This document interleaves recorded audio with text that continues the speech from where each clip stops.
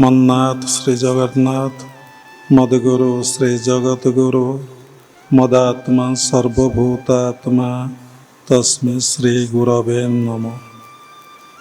नीलाचल निवासाय नित्याय परमात्मने बलभद्र सुभद्राभ्यां जगन्नाथाय ते नमः। क्रियायोग परंपरार समस्त गुरु मानक मु प्रणाम करुचे। विश्वर प्रत्येक संप्रदायर गुरु मानक मु प्रणाम करुचे। उपस्थित भगवत स्वरूपगण सबुरी भितरे जगन्नाथ उपलब्धि करी मु प्रणाम करुचे। आज अक्टोबर 26 तारीख 2025 मसीहा। ए भगवान को सृष्टि रे बा पृथ्वी पृष्ठरे सब भगवान दुई दुई दुई दुई करिसंती। प्रथमे गोटे ब्रह्म थिला, जेतबले से सृष्टि करिया को इच्छा कले से दुई भाग हेले, गोटे भाग ब्रह्म गोटे भाग प्रकृति बा गोटे भाग पुरुष गोटे भाग प्रकृति।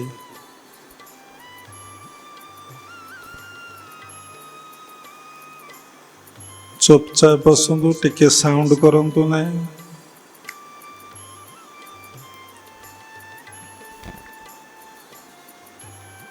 तेणु सबु दुई रे भगवान कर लीला चलीचे। पुणी बुझिले दुई रु अनेक, अनेक रु दुई, पुणी दुई रु पुणी एक। साधना करी चलिले आपण जेते ऊर्ध्वगामी हेबे, निजर चेतना को जेते ऊर्ध्वगामी करिवे। किए साउंड करुचे खड़खड़ होच पलाओ। ऊर्ध्वगामी करिवे सी सेते भगवान कर लीला को, भगवान कर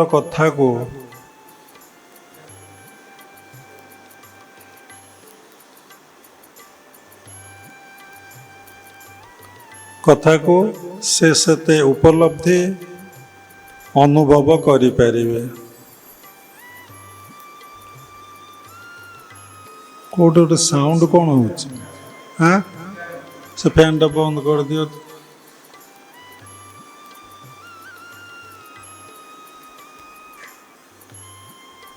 तेणु बिना साधना रे,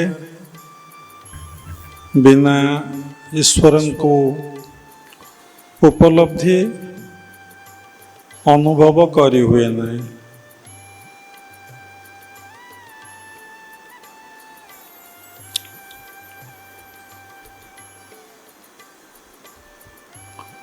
तेणु साधारणतः दुईटी कथा ए पृथ्वी पृष्ठरे, गोटे सत गोटे असत। प्राय प्रत्येक मानव असत सहित संलग्न होइकी युक्त होइकी अछंती। खूब कम व्यक्ति जहाँ को संख्या 1 कि 2% हब, से माने सत सहित संलग्न होई अछंती। जे सत सहित सर्वदा संलग्न होई रहिचे, ता हृदय रे ता मन रे भक्ति भाव आसीचे। जे असत सहित सर्वदा संलग्न होई रहिचे, ता भितरे ईश्वर प्रति श्रद्धा, ईश्वर प्रति विश्वास, ईश्वर प्रति भक्ति भाव ता भितर केतबले आसीब नहीं। तेणु निजको समीक्षा करी देखिबे ए दुनिया रे सत कौन असत कौन। कौन गोटे साउंड होची, खाली काच साउंड होची।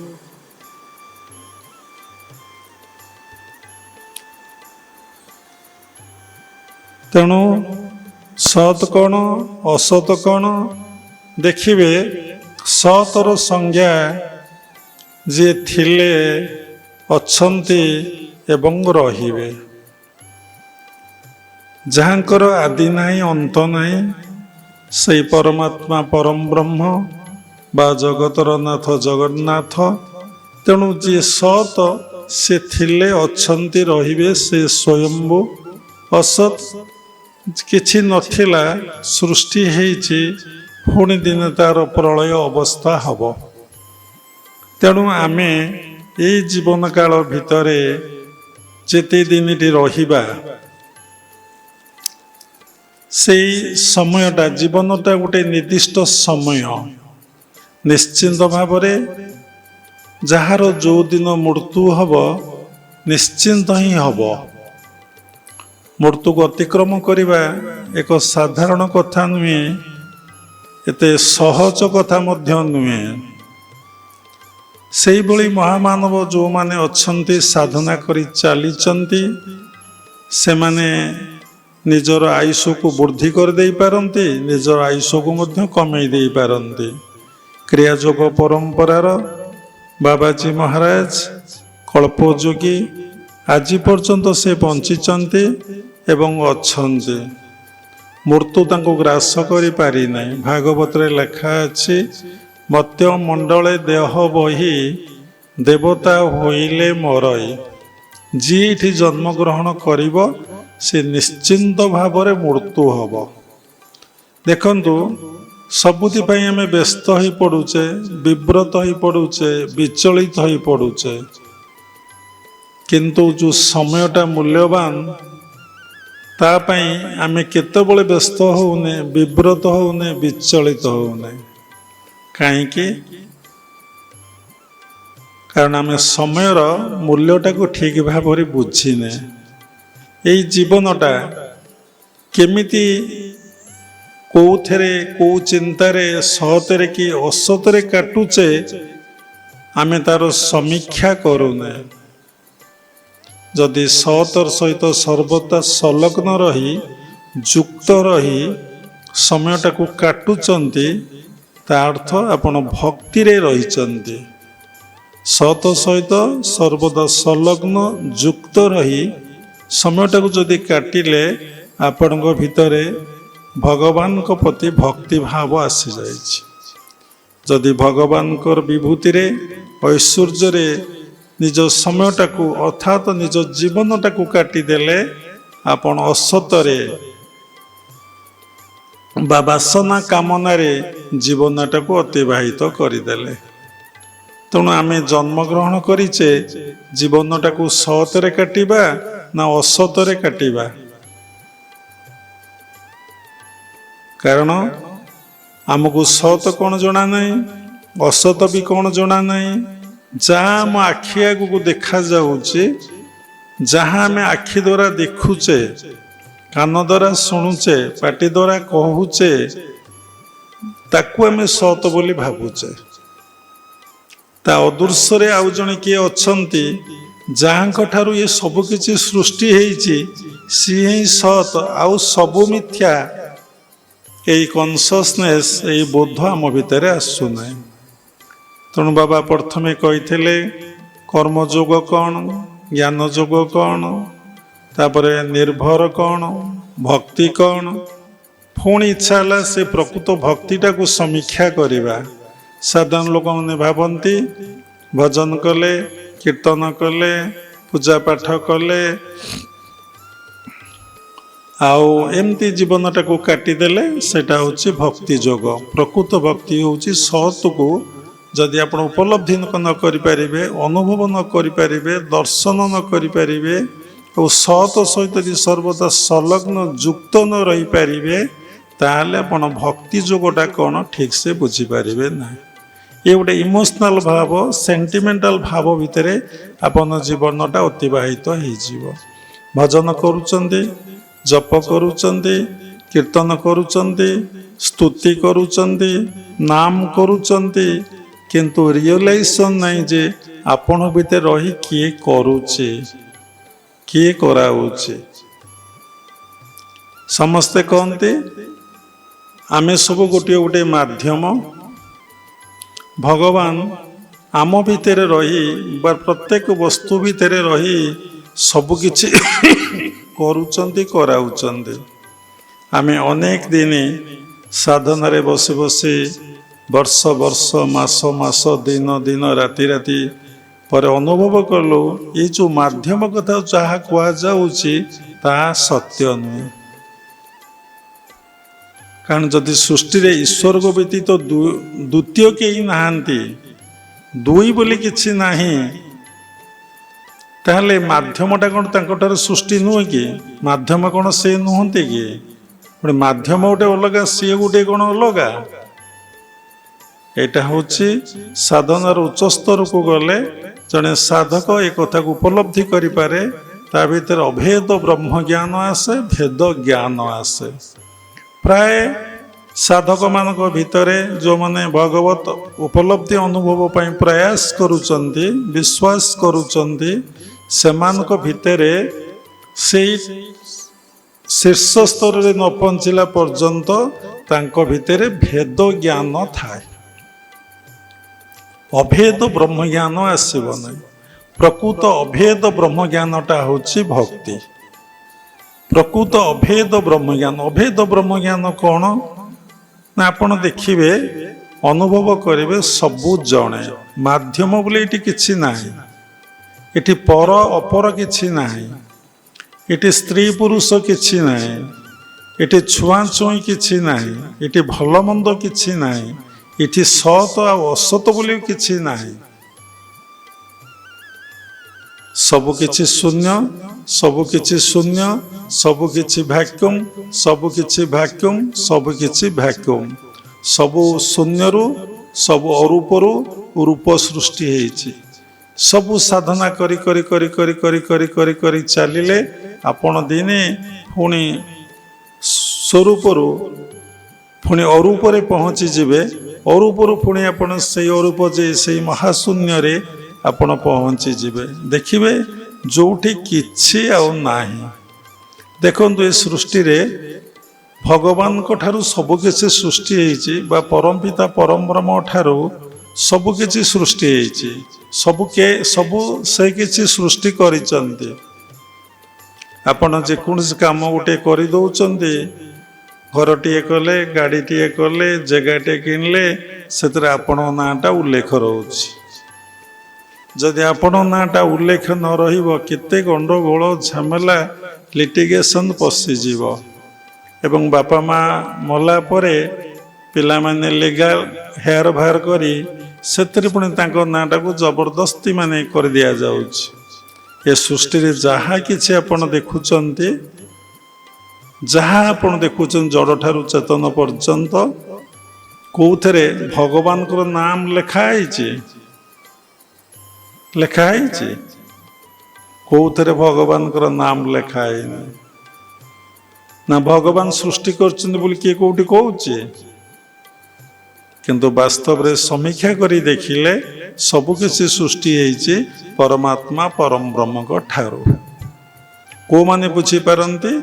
ଯେଉଁମାନେ ତାଙ୍କ ସହିତ ସର୍ବଦା ସଂଲଗ୍ନ ହୋଇଥାନ୍ତି, ଯୁକ୍ତ ହୋଇଥାନ୍ତି, ସେ ଏକଥା ବୁଝିପାରନ୍ତି।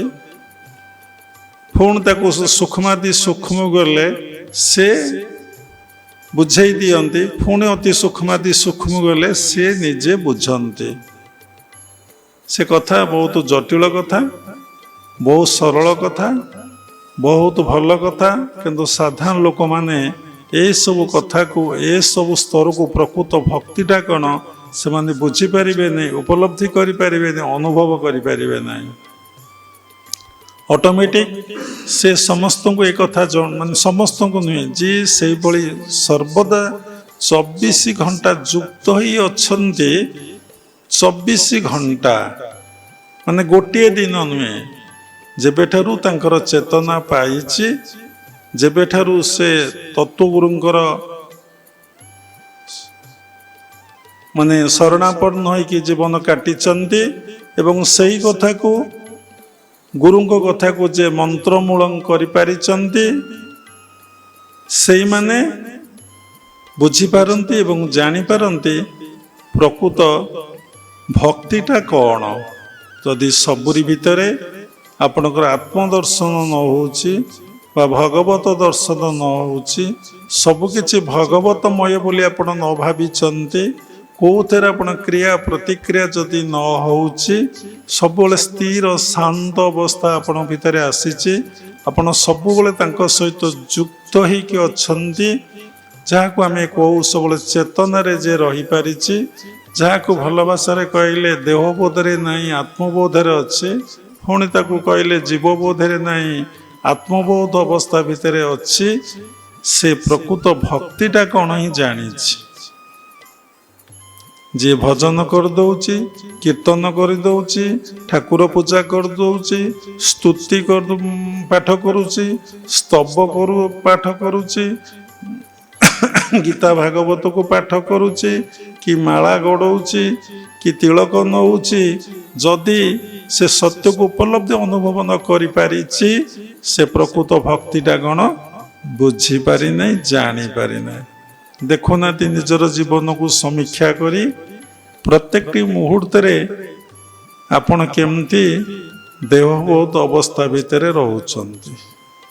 ଯେତେ ଜାଣିଲେ ଏ ଦେହ ଭିତରେ ଦେହୀ ଅଛନ୍ତି, ସେ ଥବାରୁ ପ୍ରତ୍ୟେକ ଅଙ୍ଗ ପ୍ରତ୍ୟଙ୍ଗ କ୍ରିୟାଶୀଳ, ସାଇଣ୍ଟିଫିକ୍ ଜାଣିଲା ପରେ ମଧ୍ୟ ସେ ଥବାରୁ ମୁଁ ଆଖି ଦ୍ୱାରା ଦେଖୁଛି, କାନ ଦ୍ୱାରା ଶୁଣୁଛି, ପାଟି ଦ୍ୱାରା କଥା କହୁଛି, ହାତ ଦ୍ୱାରା କାମ କରୁଛି, କି ପାଦ ଦ୍ୱାରା ମୁଁ ଚାଲୁଛି, ଚିତ୍ତକ ଅଙ୍ଗ ପ୍ରତ୍ୟଙ୍ଗର କ୍ରିୟା ଆପଣଙ୍କର ହେଉଛି, ସବୁ ତାଙ୍କ ଦ୍ୱାରା ହେଉଛି।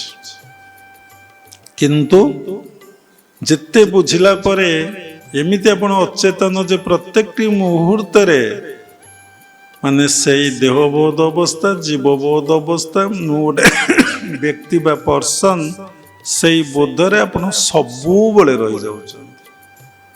କେତେବେଳେ ତାର ଊର୍ଦ୍ଧ୍ୱକୁ ବି ଆପଣ ଯାଇପାରୁନାହାନ୍ତି, ବିଚାର କରିକି ମଧ୍ୟ ଆପଣ ଯାଇପାରୁନାହାନ୍ତି, ବିଚାର କରି ମଧ୍ୟ ଯାଇପାରୁନାହାନ୍ତି।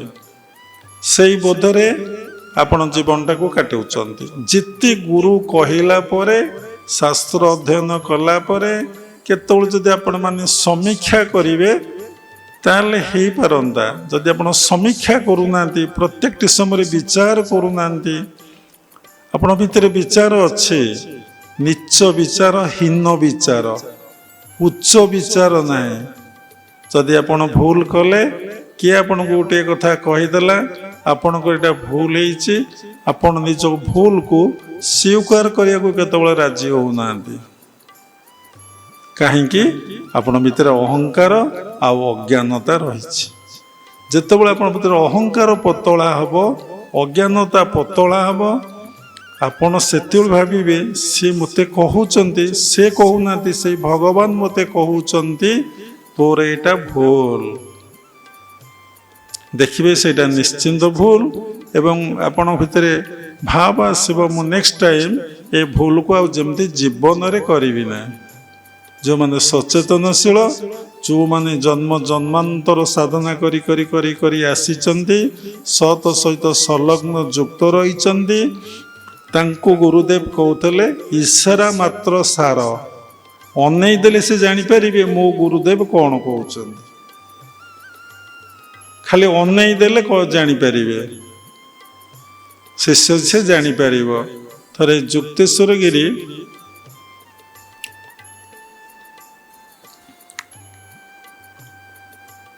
ବସିଛନ୍ତି, ରାତି 9ଟା ହେଇଯାଇଛି। ସେ ଏଇ ସମୟରେ କହିଲେ ତମେ ପ୍ରସାଦ ରୋଷେଇ କର, ପ୍ରସାଦ ଡାଲମା କର, କିଛି ଭକ୍ତ ଆସୁଛନ୍ତି ପ୍ରସାଦ ପାଇବେ। ଏହି ସମୟରେ ଯୋଗାନନ୍ଦ କ'ଣ କରୁଛନ୍ତି ନା କିଛି ଶିଷ୍ୟ ଭକ୍ତଙ୍କ ସହିତ ଗୁରୁକୁଳ ଆଶ୍ରମକୁ ଆସିଛନ୍ତି ଏବଂ ଆସିଲା ବେଳେ ବାର୍ତ୍ତାଟାକୁ ପ୍ରେରଣ କରିଛନ୍ତି। ଏବେ ଆପଣଙ୍କର ଫୋନ୍ ଅଛି ନା, ଫୋନରେ ବାବା ଆମେ ଯାଉଛୁ, ଏତେ ଜଣ ପାଇଁ ପ୍ରସାଦ ପକାଇବ। ସେ କ'ଣ କରିଛନ୍ତି ନା କଥାଟା ପ୍ରେରଣ କରିଦେଇଛନ୍ତି, ଗୁରୁଦେବ ଆମେ ଯାଉଛୁ, କ'ଣ ହବ ଏତିକି ଲୋକ ପ୍ରସାଦ ପାଇବେ। ଠିକ୍ ପହଞ୍ଚିଲା ବେଳକୁ ଦେଖିଲା ବେଳକୁ ସବୁ ପ୍ରକାର ପ୍ରସାଦ ଡାଲମା ଯାହା ରୋଷେଇ ପ୍ରସାଦ ପାଇବେ ସବୁ ବ୍ୟବସ୍ଥା ହେଇଯାଇଛନ୍ତି। ତେଣୁ କେମିତି ସମ୍ଭବ ହେଲା? ଯଦି ଆପଣ ସେଇ ମନ ହୃଦୟକୁ ଶୁଦ୍ଧି ନିର୍ମଳ କରିବେ, ସବୁବେଳେ ଚେତନାରେ ରହିବେ, ପ୍ରତ୍ୟେକ ଲୋକର ଭାବଧାରା ଚିନ୍ତାଧାରାକୁ ଯିଏ ଆପଣ ପାଖକୁ ଯାହା ପ୍ରେରଣ କରୁଛି ଆପଣ ସବୁ ଜାଣିପାରିବେ, ସବୁ ବୁଝିପାରିବେ, ସବୁ ଦେଖି ଦେଇପାରିବେ। ତେଣୁ ସାଧନା ଆମକୁ କିଏ କ'ଣ କହିଲା ଆମେ ତାକୁ କରେକ୍ସନ୍ ନ କରି ସାଧନାରେ ଆଉ ଅଗ୍ରସର ନ ହୋଇ ସେ ଆମକୁ ଏଭଳି କଥା କହିଲା, ଆମକୁ ଏଭଳି ଅପମାନ ଦେଲା, ଏତେ ଲୋକ ଆଗରେ ଆମକୁ ଏମିତି କଥା କହିଲା, ସେ ଲୋକ ଜୀବନରେ କେତେବେଳେ ବଡ଼ ହୋଇପାରିବେ ନାହିଁ। ଯିଏ ନିଜକୁ ସବୁବେଳେ ଦେଖୁଛି, ନିଜକୁ ସବୁବେଳେ କରେକ୍ସନ୍ କରୁଛି ଏବଂ ଭାବୁଛି ସବୁ ଯିଏ ଯାହା କହୁଛି ସେଇ ଭଗବାନ ତା ଭିତରେ ରହି ମୋତେ କହୁଛନ୍ତି, ଏଇ କନସିୟସନେସ୍ ଯଦି ତାର ଅଛି, ଦେଖିବେ ସେ ସଡନ୍ ରାଇଜ୍ କରି କରି କରି କରି କରି କରି ଚାଲିଯିବ। ଆମେ ଯେତେବେଳେ ଗୁରୁକୁଳ ଆଶ୍ରମରେ ଥିଲୁ, ଯାଉଥିଲୁ, 15 ଦିନ 20 ଦିନ ମାସେ ଅଧିକା ରହିନୁ। ଅନେକ ଥର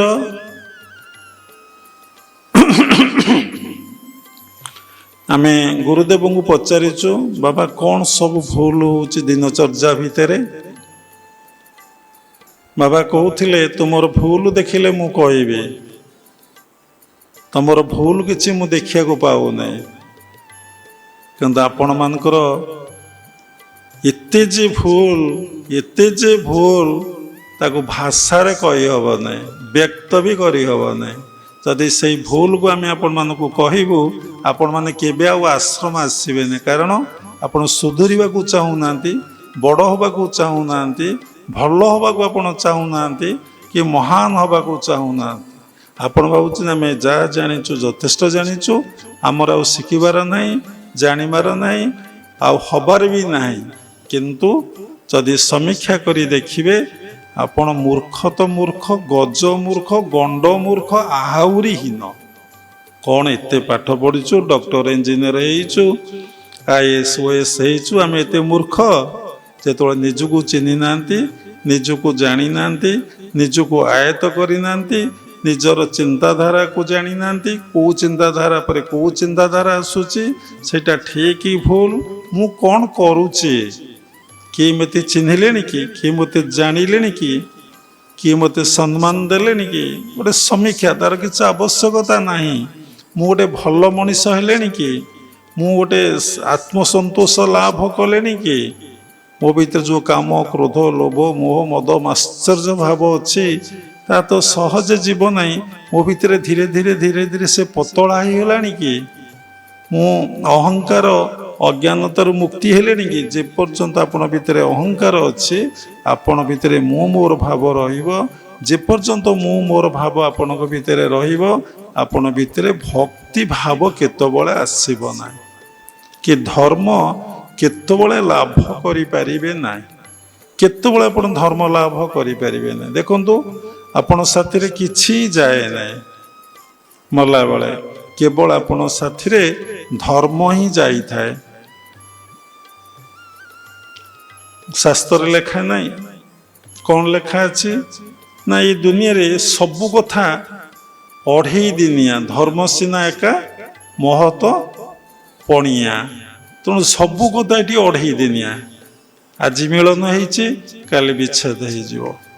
ଆଜି ଜନ୍ମ ହେଇଛି, କାଲି ମୃତ୍ୟୁ ହେଇଯିବ।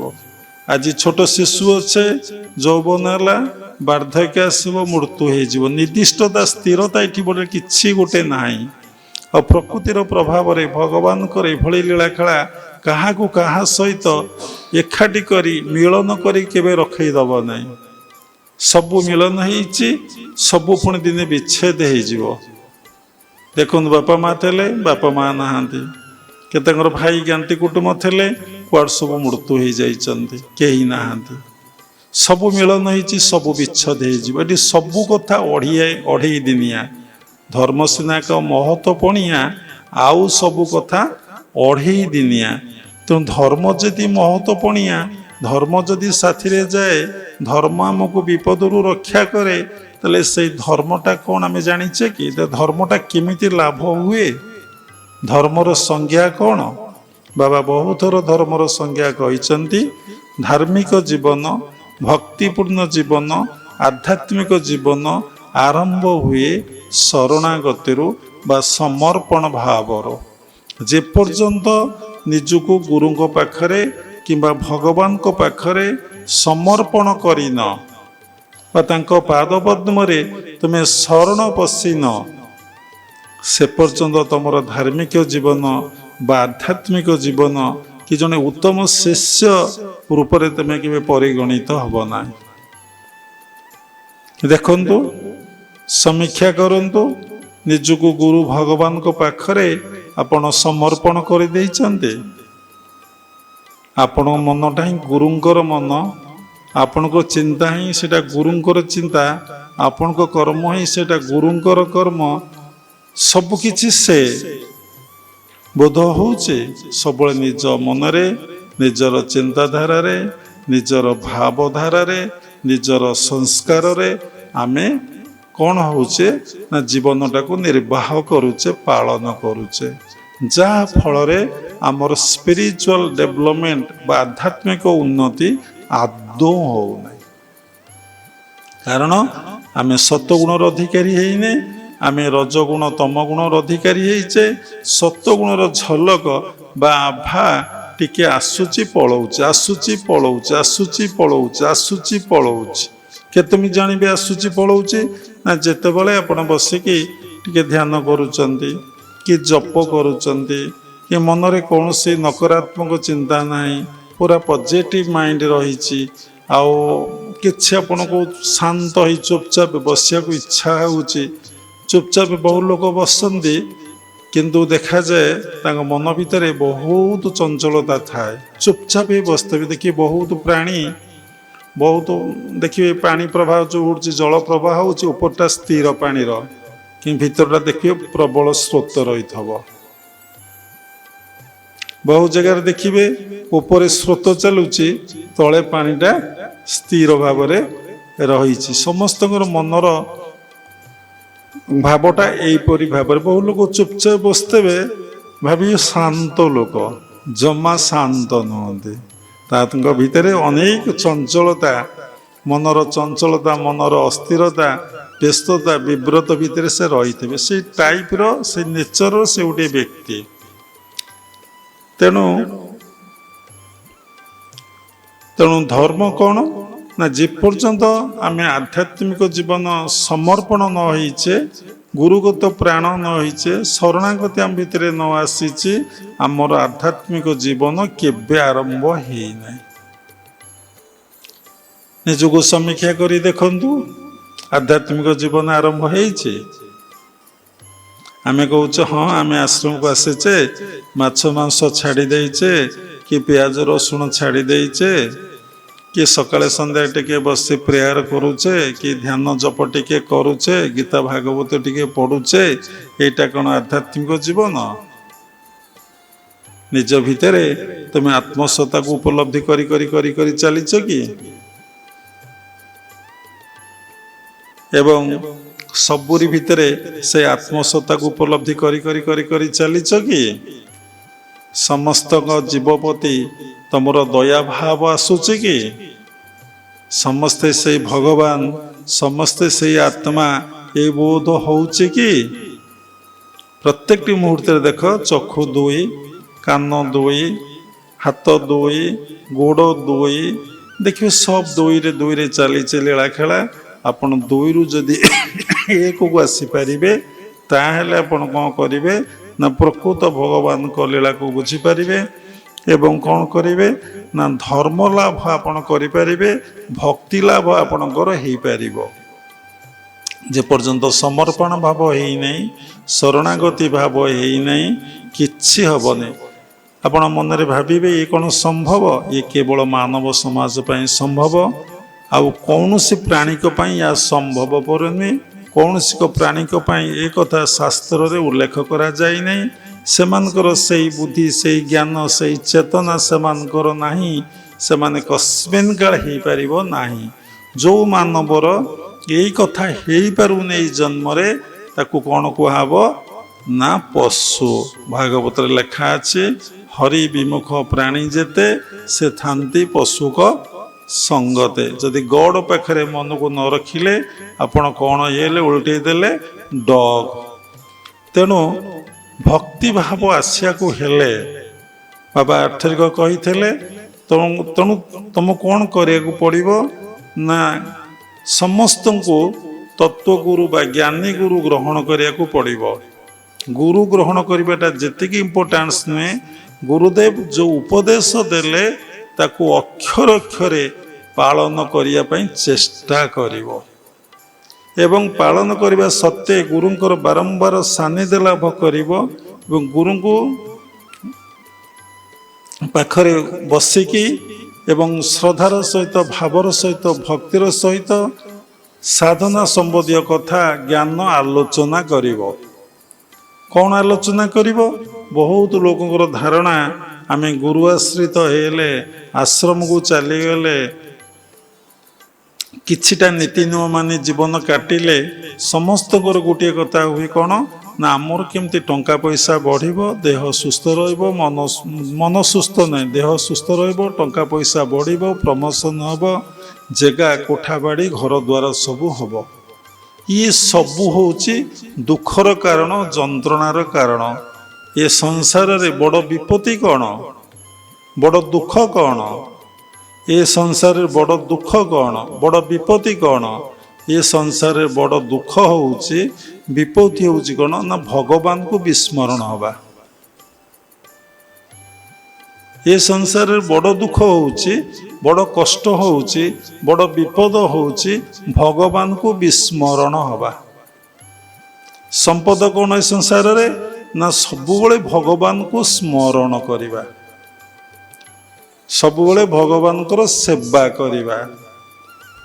ଯଦି ଭଗବାନଙ୍କୁ ସ୍ମରଣ କଲେ 24 ଘଣ୍ଟା, ଭଗବାନଙ୍କର ସେବା ଯଦି 24 ଘଣ୍ଟା କଲେ, ତାହେଲେ ଭକ୍ତି ଯୋଗଟା କ'ଣ, ଭକ୍ତିଟା କ'ଣ ଆପଣ ଜାଣିଛନ୍ତି।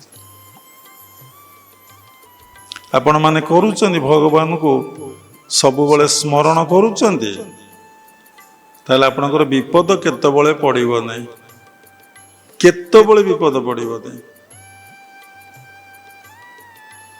କେତେବେଳେ ଆପଣଙ୍କର ଅସୁବିଧା ପଡ଼ିବନି। ଯେ ମଙ୍ଗଳମୟକୁ ସବୁବେଳେ ସ୍ମରଣ କରିବ, ପ୍ରେମମୟକୁ ସ୍ମରଣ କରିବ, କଲ୍ୟାଣମୟକୁ ଯିଏ ସ୍ମରଣ କରିବ, ଯିଏ ସବୁକିଛି ତାକୁ ଯିଏ ସବୁବେଳେ ସ୍ମରଣ କରିବ, ତାର କେତେବେଳେ ବିପଦ ପଡ଼ିବ, ଦୁଃଖ ଆସିବ, ଯନ୍ତ୍ରଣା ଆସିବ, କଷ୍ଟ ଆସିବ, କେତେବେଳେ ଆସିବନି। ଯେଉଁ ଲୋକ ଆଜି ଦୁଃଖ ଭୋଗୁଛି, ଯନ୍ତ୍ରଣା ଭୋଗୁଛି, କଷ୍ଟ ଭୋଗୁଛି, ଦେଖିବେ ସେ ନିଶ୍ଚିନ୍ତ ଭାବରେ କ'ଣ କରିଛି ନା ଭଗବାନଙ୍କୁ ସ୍ମରଣ କରୁନାହିଁ।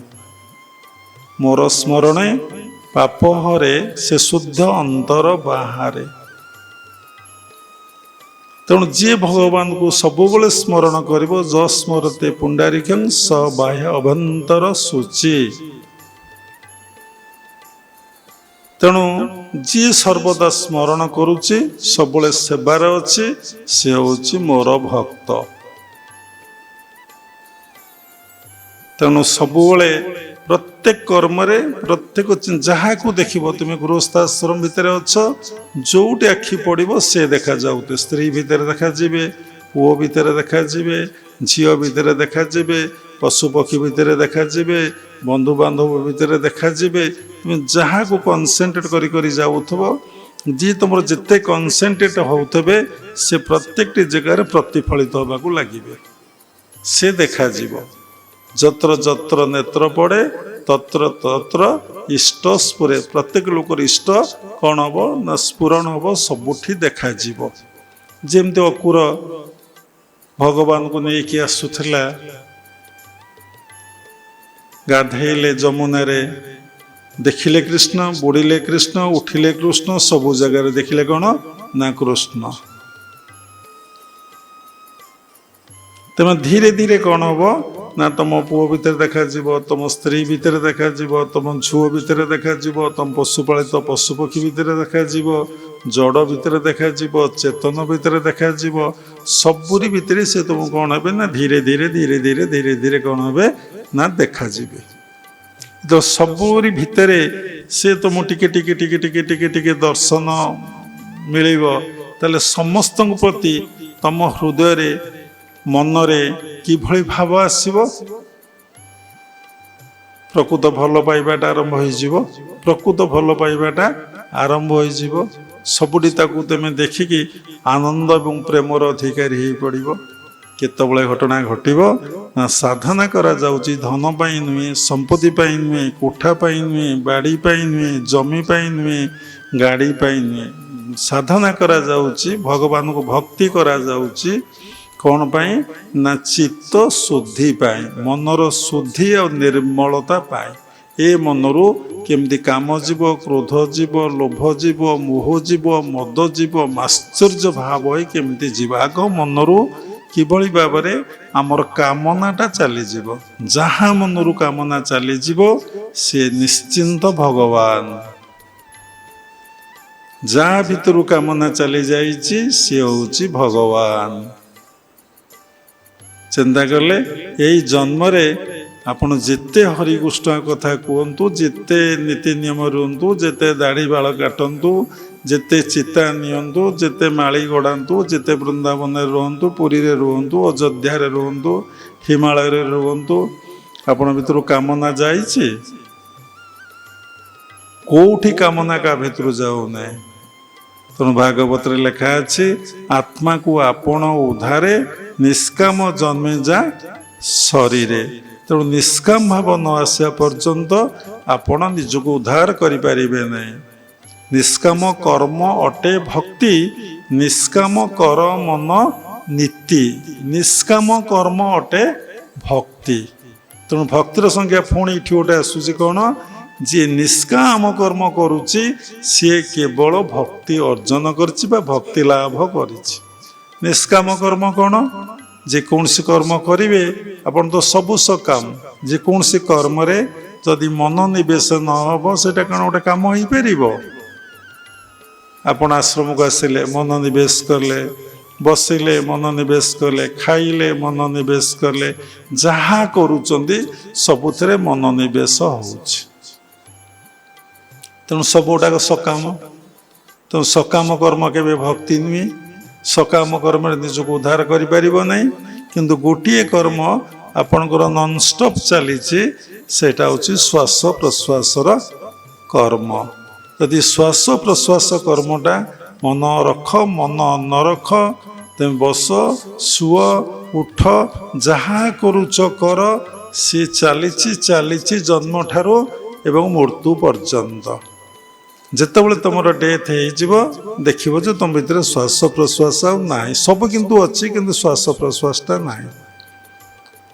ତେଣୁ ସେ ଶ୍ୱାସ ପ୍ରଶ୍ୱାସଟା ପୁଣି ଦେଖିବାକୁ ସୂକ୍ଷ୍ମକୁ ଗଲେ କିଏ ନେଉଥିଲା କିଏ ଛାଡ଼ୁଥିଲା ଆପଣ ଦେଖିବେ କ'ଣ ନା ଶ୍ୱାସ ପ୍ରଶ୍ୱାସ ସବୁ କାମ ମୁଁ କରୁଛି ବୋଲି କହୁଛନ୍ତି, କିନ୍ତୁ ଯାହାଦ୍ୱାରା ସବୁ କାମ ହେଉଥିଲା ଆପଣଙ୍କର ମନ ସେଠି ନାହିଁ। ତେଣୁ ଏବେ କାର୍ତ୍ତିକ ମାସ ହେଇଛି, ସମସ୍ତେ ପୁରୀ ଯାଉଛନ୍ତି, ଅବଢ଼ା ଖାଉଛନ୍ତି, ମହୋଦଧିରେ ସ୍ନାନ କରୁଛନ୍ତି। ସକାଳୁ ଲାଇନ୍ ଦେଲେ 8 ଘଣ୍ଟା ପରେ ମନ୍ଦିର ଭିତରକୁ ଏଣ୍ଟ୍ରି ମିଳୁଛି। ଆଉ କେତେ ହୁଳୁହୁଳି ପଡ଼ୁଛି, କେତେ ଚିତା କାଟୁଛନ୍ତି ମାଆ ମାନେ, ପୁରୁଷ ଲୋକମାନେ, ସମସ୍ତେ ଯାହାଙ୍କୁ ଦେଖ ଆବାଳ ବୃଦ୍ଧ ବନିତେ ସତରେ ଯେମିତି ଭକ୍ତିରେ ପାଗଳ ହେଇଯାଇଛନ୍ତି, ଭଗବାନ ପାଇଁ ପାଗଳ ହେଇଯାଇଛନ୍ତି।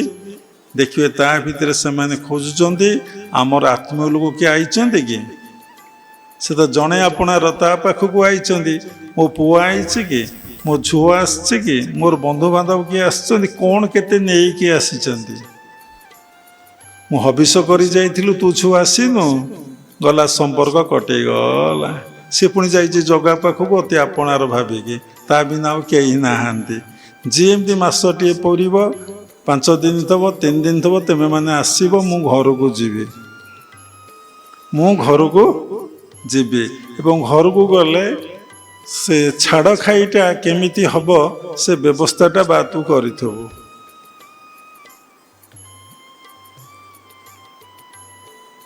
ତେଣୁ ବାବା ଏଇଠି ପୂର୍ବରୁ କହୁଥିଲେ ସତ ସହିତ ସର୍ବଦା ଯିଏ ସଂଲଗ୍ନ ଯୁକ୍ତ ଥାଏ ସେ ଭକ୍ତି ଲାଭ କରିଥାଏ। ଯେ ଶ୍ୱାସ ପ୍ରଶ୍ୱାସରେ ସବୁବେଳେ ମନ ରଖିଥବ, ଶ୍ୱାସ ପ୍ରଶ୍ୱାସରେ ମନ ରଖିଲେ ଆପଣ ସେଇ ଭଗବାନଙ୍କ ପାଖରେ ପରମ ପିତାଙ୍କ ପାଖରେ ଆପଣ ପହଞ୍ଚି ପାରିବେ। ବିନା ବାବା ଆର୍ଥରିକ କହିଥିଲେ ଭକ୍ତି ଲାଭ କରିବାକୁ ହେଲେ କ'ଣ ହବ ନା ଭକ୍ତଙ୍କର ସେବା ଉପାସନା କରିବାକୁ ପଡ଼ିବ, ଭକ୍ତଙ୍କର ପୂଜା କରିବାକୁ ପଡ଼ିବ। ଭକ୍ତ ତୁମକୁ କ'ଣ କରିବେ ନା ଶିଖେଇ ଦେବେ ଭକ୍ତିଟା କେମିତି ଲାଭ କରାଯାଏ। ଭକ୍ତଙ୍କ କଥାରେ ଭଗବାନଙ୍କ ପ୍ରତି ହୃଦୟରେ ଭକ୍ତିଭାବ ଜାଗ୍ରତ ହେଇଥାଏ। ତେଣୁ ଶାସ୍ତ୍ରରେ କୁହାଯାଇଛି ଗୋଟେ କଥା କ'ଣ ନା ଭକ୍ତ ଯୋଉ କଥା କହିଦବ ଯାହାକୁ ସେ କଥା ଭଗବାନ ନିଶ୍ଚୟ ପୂର୍ଣ୍ଣ କରନ୍ତି। ତମ ଭାଗ୍ୟରେ ନଥିଲେ ମଧ୍ୟ ସେଇଟା ତମକୁ ପ୍ରାପ୍ତି ହବ।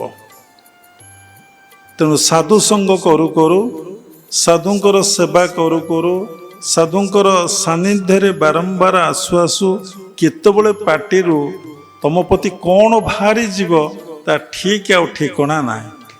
ତେଣୁ ମାଗିବାଟା କେବେ ମାଗିବ ନାହିଁ, ଭଗବାନଙ୍କ ପାଖରେ କେବେ ମାଗିବ ନାହିଁ, ସାଧୁ ସନ୍ତଙ୍କ ପାଖରେ କିଛି ମାଗିବନି। ମାଗିବାଟା ହେଉଛି କ'ଣ ଗୋଟେ ବ୍ୟବସାୟାତ୍ମକ ବୁଦ୍ଧି, ବ୍ୟବସାୟ ବୁଦ୍ଧି। ମୁଁ ଏତିକି ଥର ଆସିଲି, ଏତିକି ଟଙ୍କା ଦେଲି, ଏତିକି ପ୍ରଣାମୀ ଦେଲି, ମୋତେ କାହିଁ କିଛି ମିଳିଲା ନାହିଁ, ବ୍ୟବସାୟ ହେଲା, ଦେଲି ପାଇବି, ବିଜନେସ୍ ଚାଲୁଛି। ଯିଏ ଭଗବାନଙ୍କୁ ମାଗୁଛନ୍ତି, ଭଗବାନ ନିକଟରେ ପ୍ରେୟାର କରୁଛନ୍ତି, ତାହା ହେଉଛି ସୁଦ୍ ପାଗଳାମୀ। ସୁଦ୍ ପାଗଳାମୀ। ତୁମେ ଯେମିତି କର୍ମ କରିବ ସେମିତି ଫଳ ପାଇବ। କିନ୍ତୁ ଗୋଟିଏ ବ୍ୟତିକ୍ରମ ଏଇଠି ରହିଛି, ଯେ ଭକ୍ତମାନଙ୍କର ସେବା କରିବ, ଭକ୍ତମାନଙ୍କର ସାନ୍ନିଧ୍ୟରେ ଆସିବ, ଭକ୍ତଙ୍କ ପାଖରେ ଜୀବନଟାକୁ ଉତ୍ସର୍ଗୀକୃତ କରିଦେବ। ଯଦି ଭକ୍ତ ଯେତେବେଳେ ଯାହା କହିଦେଲେ ତା ନିଶ୍ଚିନ୍ତ ଭାବରେ କ'ଣ ହବ ନା ପୂରଣ ଭଗବାନ କରିବାକୁ ବାଧ୍ୟ। ଏହି ପ୍ରସଙ୍ଗରେ ବାବା କେତେ ଥର ଉଲ୍ଲେଖ କରିଛନ୍ତି। ନାରଦ ଥରେ ସ୍ୱର୍ଗକୁ ଯାଉଛନ୍ତି, ଗୋଟେ ଗୃହସ୍ଥ ଆଶ୍ରମ ଦେଇ ଗଲେ। ସେ କହିଲେ ଦେଖିଲେ ମାଙ୍କୁ, କାହିଁ ତମ ମନ ଦୁଃଖ ନା? ଆମର ପିଲାପିଲି ନାହାନ୍ତି। ସଂସାର ଲୋକମାନେ ବାହା ହେଲେ ସେମାନେ ପିଲାପିଲି ଚାହାନ୍ତି, ଆମର କିନ୍ତୁ ଗୋଟେ ପିଲାଟିଏ ହଉ। ସେଥିପାଇଁ ଯାହା ଖର୍ଚ୍ଚ ଯାହା ପଛ ହବ ଆମେ ଦେବୁ, କିନ୍ତୁ ଆମର ପିଲାଟିଏ ହଉ। ପିଲାଟି ହବା ନହବାର ରହସ୍ୟ ସେମାନଙ୍କୁ ଜଣା ନଥାଏ, କିଛି ଜ୍ଞାନ ନଥାଏ। ଛାଡ଼ନ୍ତୁ, ସେ ସବୁଠୁ ଯାଇକି ଭଗବାନଙ୍କ ପାଖରେ ବୈକୁଣ୍ଠ ପରେ ପହଞ୍ଚିକି କହିଲେ ଆପଣମାନେ ଜାଣିଛନ୍ତି। ସଂକ୍ଷେପରେ ବାବା କହିଦେଉଛନ୍ତି କ'ଣ ହେଲା ନା ତାର ପିଲାପିଲି ନାହାନ୍ତି, ସେମିତି ଜଣେଇଥିଲା ନା ତାର ପିଲାପିଲି ଏ ଜନ୍ମରେ ହେବେ ନାହିଁ। ସେ ଆସି ନାରଦ ଫେରି ଆସି ସେ ଗୃହସ୍ଥ ଲୋକଙ୍କୁ ଏ କଥା କହିଲେ।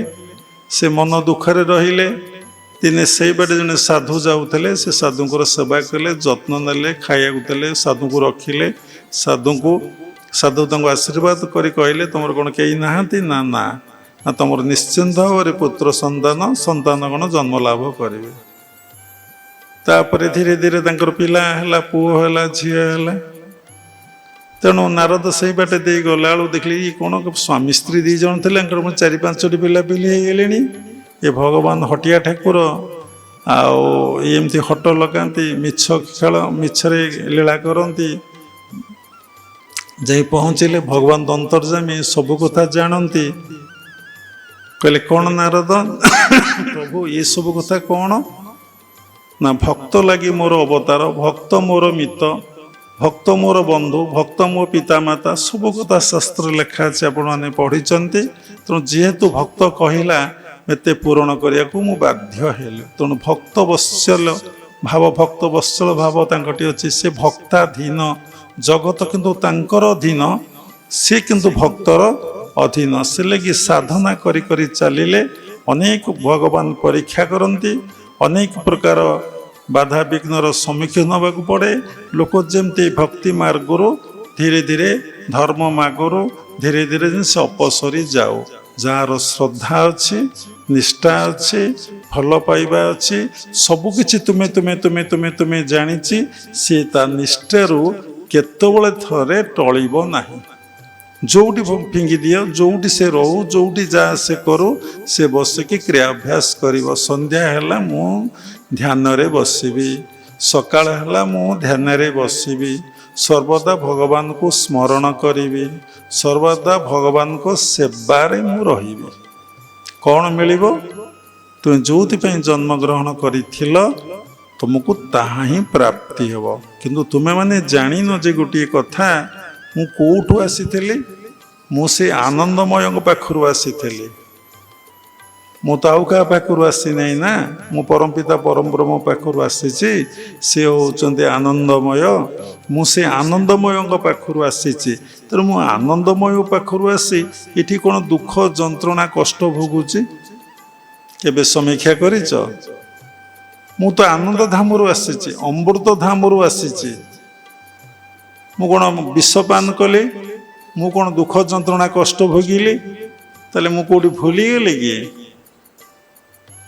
मो सोर्सटा मोर उत्पत्तिटा कोठू मोर उत्पत्तिटा को कौन मु भल भाव जानी पारने मो बा परम पितांकर संतान अमृतर संतान आनंदमय पाखरु आसीची मो मनरे पुणी दुख जंत्रणा कष्ट एते काहेकि होउची कारण मु आनंदमय को विस्मरण हो जाइछि मोर पिता को मु भूली जाइछि मो बापा को मु भूली जाइछि तांको मु स्मरण करू नै तांकर मु सेवा करू नै जा फल रे मु आज दुख जंत्रणा कष्ट कौन होउची ना भोग करूछि तेणु आमे अमृतर संतान एवं आनंदमय पाखरु आसीचे आम आज दुख जंत्रणा कष्ट रे ये जीवनटा जर्जरित होउची कहा को देखंतु जेते पैसा थाओ जेते ऐश्वर्य थाओ जेते शिक्षागत योग्यता थाओ जेते तमे कोटिपति हेई थाओ तो मन रे शांति नहीं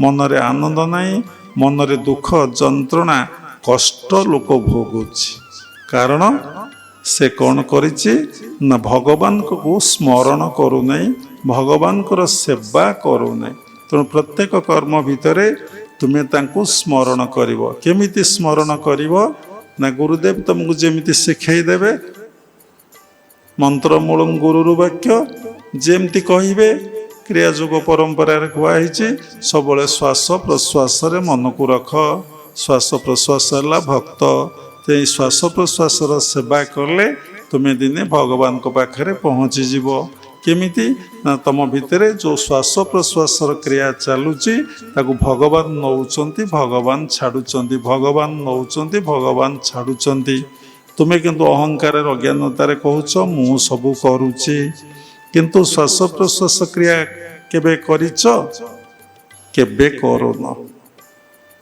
देखंतु समस्ते माँ कहूँ मो झील को भल पाऊँच स्त्री कहूँ मो स्वामी की भल पाऊँच स्वामी कहूँ मो स्त्री की भल पाऊँच माँ कहूँ मो पुओ को भल पाऊँच पुओ कहूँ मो माँ को भल पाऊँच सब ठीक कोटा को भूल नुहे तार प्रमाण कहा लगी तेमे श्वास टिके नहीं जीव छाड़ी जीव तार डेथ समय आसी भल पाऊचु तो पुओ पाई तू 10टा श्वास नहीं गोटाए दिन श्वास प्रश्वास नेलु छाड़ू देखा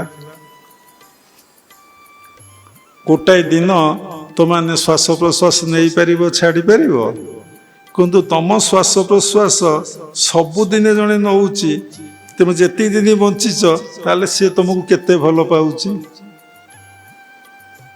सी तुमको केते भल पाऊची तुम श्वास प्रश्वासटा नौची एवं छाड़ुची ताले बाबा श्वास प्रश्वास तो जाऊँचे आसूची आम श्वास प्रश्वासटा केमिति नबु केमिति छाड़बू मन रे प्रश्न देती उठिबो तार टेक्निक अच्छी तुम्हें नहीं पार तुम्हें छाड़ी पार तुम्हें नहीं पार तुम्हें छाड़ी पार तुम्हें नहीं पार तुम्हें छाड़ी पार सेटा हम विशेष श्वास बाबा तापर दिन सत्संग करते सेटा हम कौन ना विशेष श्वास से तो विश्वासटा को तुम्हें विशेष श्वास रे परिणत करदेल तुम्हें कौन हो ना तुम्हें भगवान हो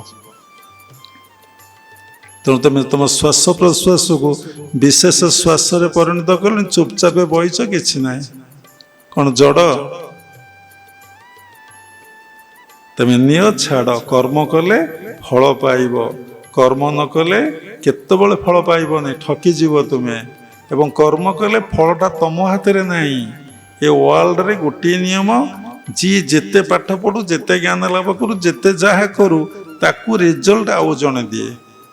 ସେ କେବେ ରେଜଲ୍ଟ ଦେଇପାରିବାର ଅଧିକାର ୱାର୍ଲଡରେ ପର୍ଯ୍ୟନ୍ତ କାହାର ନାହିଁ। ମୁଁ ପାଠ ପଢିକି, ମୁଁ ପରୀକ୍ଷା ଦେଇକି ମୁଁ ନମ୍ବରଟା ଦେଇଦେବି, ମାର୍କଟା ଦେଇଦେବି, କେବେ କିଏ ଦେଇପାରିବ?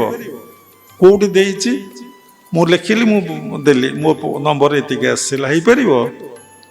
କର୍ମଣି ବାଧିକାରସ୍ତେ ମାଂ ଫଳେଷୁ କଦାଚନ। କର୍ମରେ ତୁମର ଅଧିକାର ଅଛି, ଫଳରେ ତୁମର ଅଧିକାର ନାହିଁ। ତୁମେ ସବୁବେଳେ କର୍ମ କର। କି କର୍ମ? ନା ନିଷ୍କାମ କର୍ମ କର। ନିଷ୍କାମ କର୍ମ ଅଟେ ଭକ୍ତି, ନିଷ୍କାମ କର ମନ ନୀତି। କେତେ ଥର ତୁମେ ଶ୍ୱାସ ପ୍ରଶ୍ୱାସରେ ମନକୁ ରଖିପାରିଛ ଏବଂ ନଉଛ ଛାଡୁଛ, ନଉଛ ଛାଡୁଛ, ନଉଛ ଛାଡୁଛ। ଯଦି ଆପଣ ମୋ କଥା ଶୁଣିବେ, ମୁଁ ଆପଣଙ୍କ କଥା ଶୁଣିବି। ଆପଣ ଯଦି ମୋତେ ଭଲ ପାଇବେ, ମୁଁ ଆପଣଙ୍କୁ ଭଲ ପାଇବି।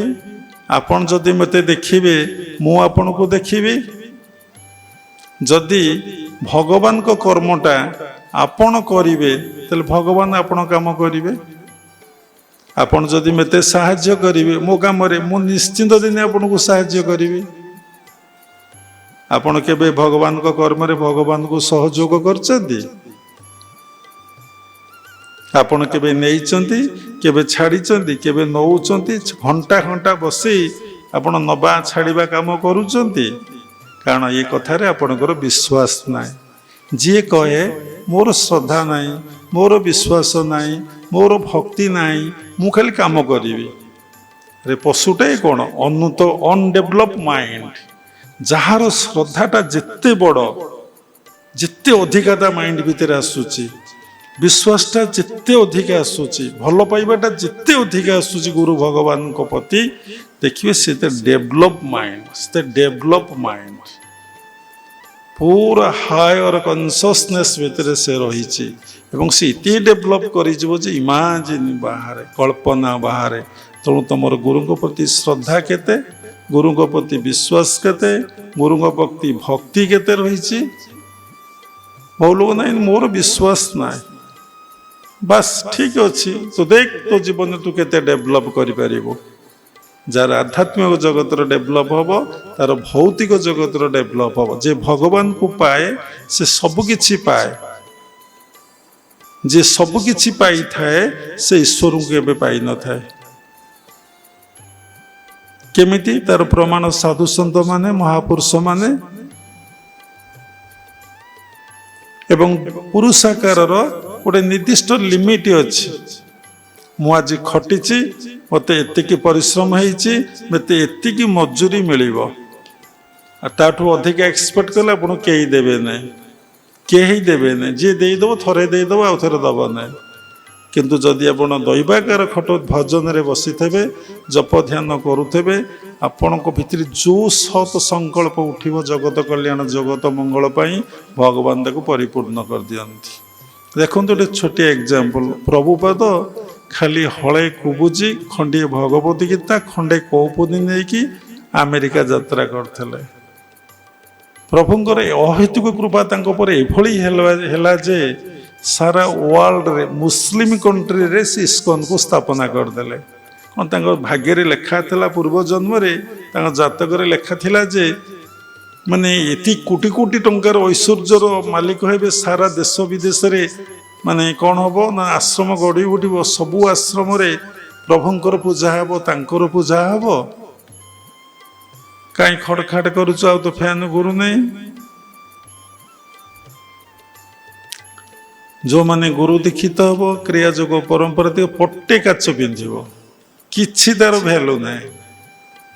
ପଟେ ଦିପଟ ପିନ୍ଧିବା ବି ଦରକାର ନାହିଁ।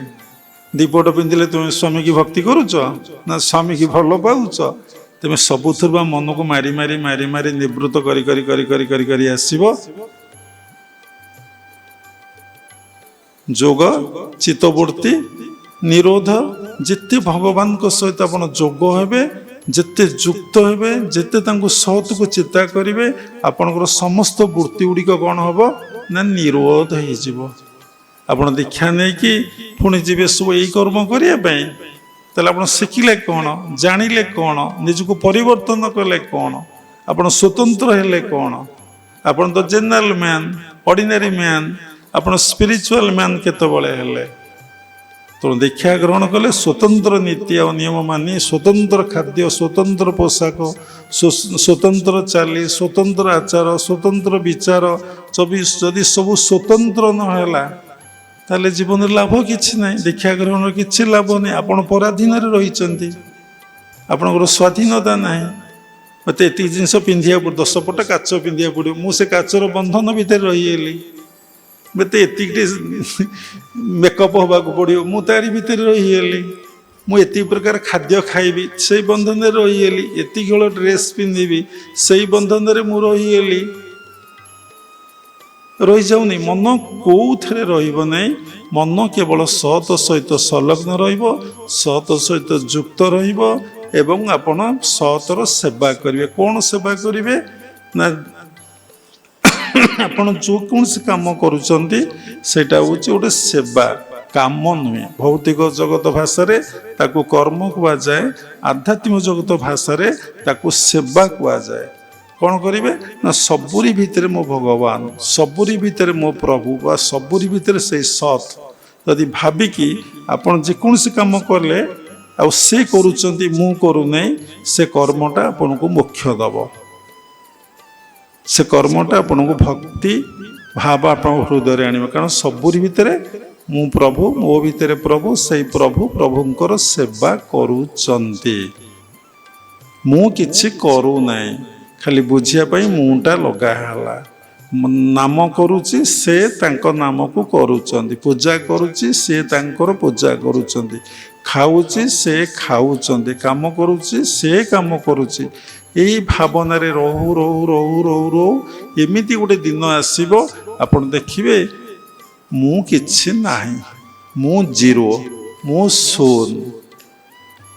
ଯେଉଁ ଶୂନରୁ ଆସିଥିଲେ ସେଇ ଶୂନରେ ଆପଣ ପହଞ୍ଚିଯିବେ। କେତେବେଳେ ଘଟଣା ଘଟିବ ନା ଏମିତି ଚିନ୍ତନ କରୁ କରୁ କରୁ କରୁ କରୁ କରୁ ମନ ହୃଦୟ ଯେପର୍ଯ୍ୟନ୍ତ ଶୁଦ୍ଧି ନ ହେଇଛି, ନିର୍ମଳ ନ ହେଇଛି, ପବିତ୍ର ନ ହେଇଛି, ସେ ପର୍ଯ୍ୟନ୍ତ ଏ ରିଏଲାଇଜେସନ୍ କାହାର ହବ ନାହିଁ, କାହାର ହବ ନାହିଁ। ତେଣୁ ଭଗବାନ କ'ଣ କହିଛନ୍ତି ନା ସ୍ୱଭାବ ନିରପେକ୍ଷ ଶାନ୍ତ, ତପସ୍ୱୀ ରିପୁ ବିବର୍ଜିତ, ସମଦରସୀ ପ୍ରେମାପ୍ଲୁତ, ଦୟା ସାଗର ପରହିତ, ଏମନ୍ତ ପ୍ରାଣୀଙ୍କର ପଛେ ପଛେ ନିତ୍ୟ ମୁଁ ବୁଲଇ ପ୍ରତ୍ୟକ୍ଷେ, ଆବରି ଥାଇବେନି ପାଶେ ତାର ଚରଣ ରେଣୁ ଆସେ। ଯେ ଭାବରେ ଦିନ କାଟେ ସେ ହେଉଛି ଭକ୍ତ। ତାର ଚରଣ ରେଣୁ ପାଇଁ କିଏ ଦୌଡ଼ନ୍ତି ନା ଭଗବାନ ଦୌଡ଼ନ୍ତି। ତୁମେ କ'ଣ ଭଗବାନଙ୍କ ଚରଣ ଧୂଳି ପାଇବାକୁ ଯିବାକୁ ବସିଛ? ଭଗବାନଙ୍କର ପ୍ରସାଦ ପାଇଁ ଏତେ ବ୍ୟାକୁଳିତ ହେଉଛ, ଭଗବାନଙ୍କୁ ଦର୍ଶନ କରିବା ପାଇଁ ଏତେ ବ୍ୟାକୁଳିତ ହେଉଛ। ଠିକ୍ ଅଛି, ଏଇଟା ଭଲ ଲକ୍ଷଣ। କିନ୍ତୁ ମନରୁ କାମ, କ୍ରୋଧ, ଲୋଭ, ମୋହ, ମଦ, ମାଶ୍ଚର୍ଯ୍ୟ ଯାଇଛି କି? ସେ କ'ଣ କହିଲେ ନା ସ୍ୱଭାବ ହେଉଛି ନିରପେକ୍ଷ ଆଉ ଶାନ୍ତ। ଦେଖିଲେ ଏ ଜନ୍ମରେ ତେମେ ନିରପେକ୍ଷ ହେଇପାରିବ? କାହାରି ପକ୍ଷ ଧରି କଥା କହିପାରିବନି। ତମ ପୁଅ ଯଦି ଗୋଟେ ଭୁଲ କାମ କରିଥାଏ, କିଏ କହେ ତମେ ପକ୍ଷ ଧରି ତାକୁ ଚାପିଦେବ? ନାଇଁ ନାଇଁ, ସିଏ ଭୁଲ କରିନି, ସିଏ ତମ ବୁଝିବାଟା ଭୁଲ ନା, ସିଏ ପିଲା ଠିକ୍ କରିଛି। କିଏ କହିଦେବ ଦେଖିବା? ଜନ୍ମ ହେଇଛ, ଆମ ଜୀବନକାଳ ଭିତରେ ଆମେ ଏପର୍ଯ୍ୟନ୍ତ କାହାକୁ ଦେଖିନୁ। 42 ବର୍ଷ ସାଧନା ଭିତରେ ଘର ଛାଡ଼ିଲା ପରେ ଗୋଟେ ଲୋକଙ୍କୁ ଦେଖିନି ନିରପେକ୍ଷ ବ୍ୟକ୍ତି। ସ୍ୱଭାବ ନିରପେକ୍ଷ ଶାନ୍ତ, ସବୁବେଳେ ଶାନ୍ତ ହେଇପାରିବେ। ଜନ୍ମରେ ଶାନ୍ତ ସନ୍ତୁଷ୍ଟ ହେଇପାରିବ? ମୋର କିଛି ଦରକାର ନାହିଁ, ମୋର କେବଳ ଭଗବାନ ଦରକାର, ମୋର କେବଳ ସତ୍ୟ ଦରକାର। କହିପାରିବ? କିଏ କହିପାରିବ? ମୋର କିଛି ଦରକାର ନାହିଁ, ମୋର ପ୍ରଭୁ ଦରକାର। କେହି କହିପାରିବନି, କେହି କହିପାରିବନି। ଏମିତି ବାପା କୋଟି କୋଟି ଜନ୍ମ ଯାଇଛି, କହିପାରିନ ବୋଲି ଏବେ କହିପାରୁନ। ଏବେ କହିପାରୁନ ମାନେ ଆଗାମୀ କି କହିପାରିବ ନାହିଁ। କହିଲ କିଏ କହିବ ମୋର ଭଗବାନ ଦରକାର, କିଛି ଦରକାର ନାହିଁ। କିଏ ବସିଛ ଏତେ ଜଣ, କିଏ ହାତ ଟେକିଲ ଦେଖିବା। ଯିଏ ହାତ ଟେକିବ ମିଛୁଆ, ସୁଦ ମିଛୁଆ। କେମିତି ଗୋଟେ ଲୋକ ଆଜି ଭଲ ମନ୍ଦ ଆମେ କେମିତି ଜାଣୁଛେ? ତା ୱାର୍କ ୱାର୍ଡରୁ ଜାଣୁଛେ। ତା ୱାର୍କ ୱାର୍ଡ, ସେ ଯୋଉ ୱାର୍ଡଟା କହୁଛି ସେଇଟା ସେ କାର୍ଯ୍ୟକାରୀ କରିଛି କି? କାର୍ଯ୍ୟକାରୀ କରିଛି କି? କରିପାରିବ?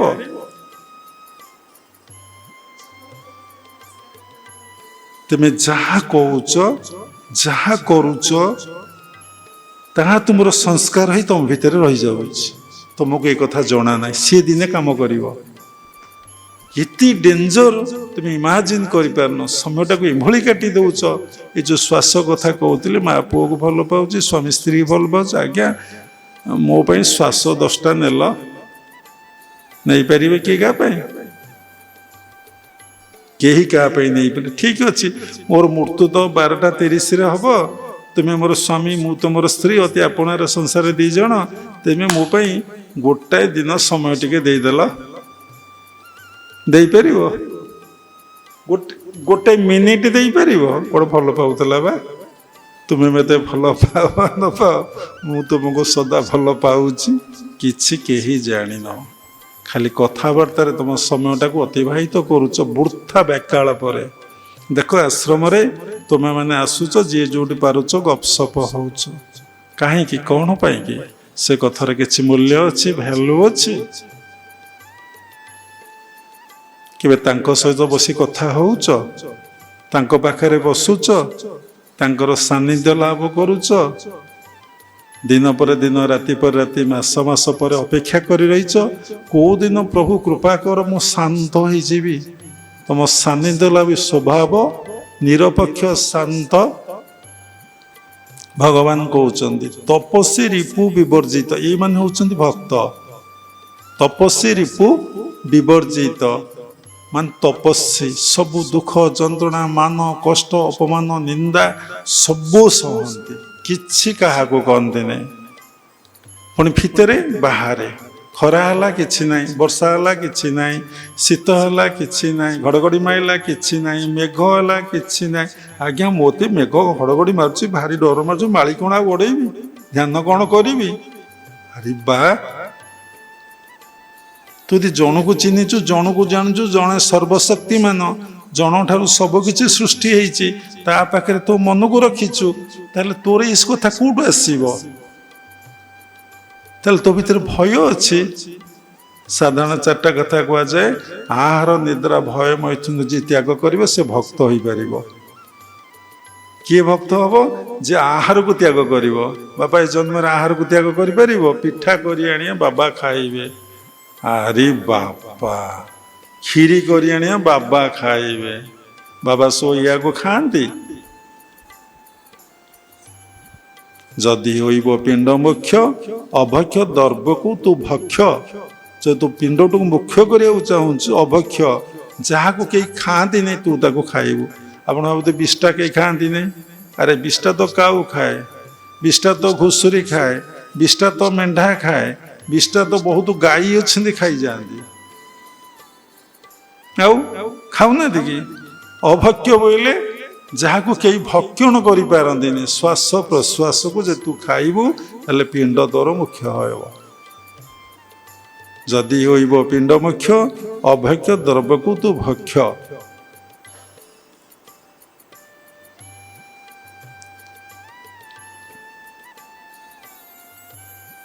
ତେଣୁ ଆମେ କ'ଣ କରୁଛେ ନା, କେତେ ଥର ନିଷ୍କାମ କର୍ମରେ ଶାନ୍ତ ହେଇକି ବସିକି ଆମେ ନଉଛେ, ଆମେ ଛାଡୁଛେ। ଯଦି ଆମେ ନେଇକି ଆମେ ଛାଡ଼ିଲେ ତାହେଲେ ଆମେ ନିଷ୍କାମ କର୍ମ କଲେ।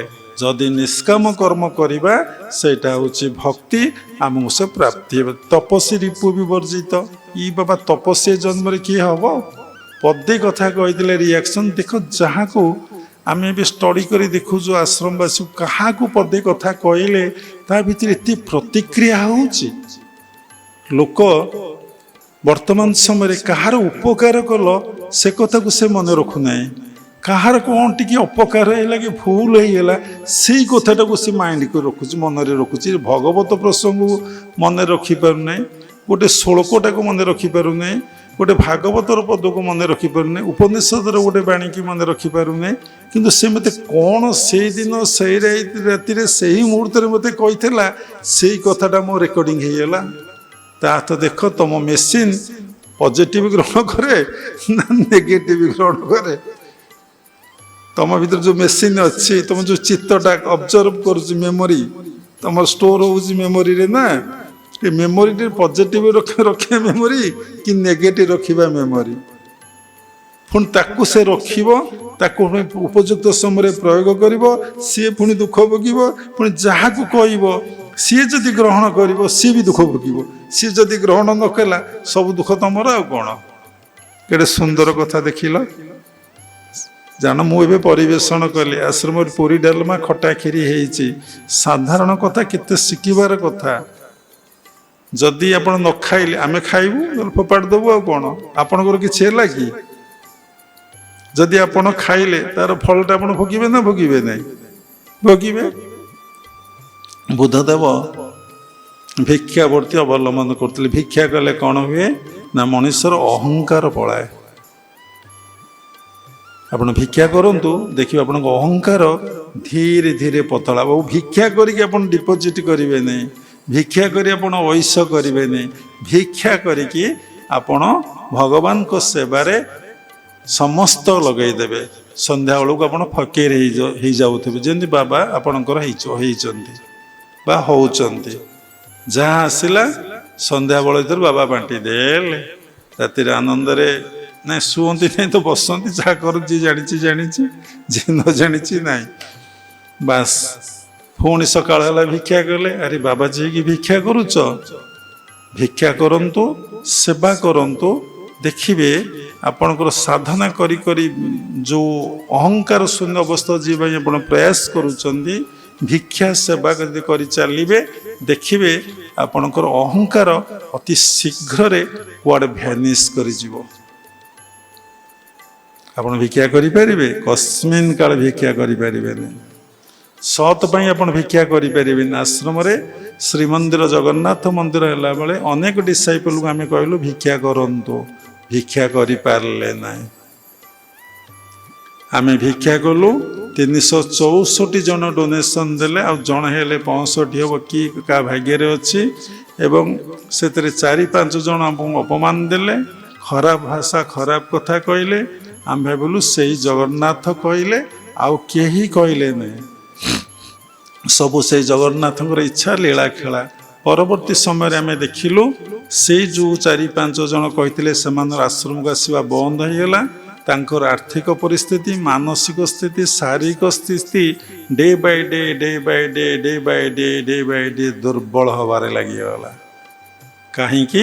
ଆରେ ମୋ ଧନ ମୋ ସେବା ପାଇଁ ଦେବ ନାହିଁ, ସେଟା କ'ଣ ତମ ଧନ କି? ସେଟା ମୋ ଧନ ନା। ତେମେ କାହିଁ କହୁଛ ଯେ ମୋର ବୋଲି? ତମେ ନେଇକି ଯାଇପାରିବ? ଛୁଞ୍ଚିଟେ ନେଇକି ଯାଇପାରିବ? ପଇସାଟେ ନେଇକି ଯାଇପାରିବ? ମୁଁ ମାଗୁଛି ସବୁରି ଭିତରେ ରହିକି, ତୁ ଅନୁଭବ କରୁନୁ ଭଗବାନ ମାଗୁଛନ୍ତି ବୋଲି? କାହିଁକି ତୋତେ ମାଗୁଛନ୍ତି ତୁ ଚିନ୍ତନ କର, ବିଚାର କର। ତୁ କାହା ପାଇଁ ରଖୁଛୁ? ସେ କ'ଣ ତୋର ନା ସେ ତୁମର?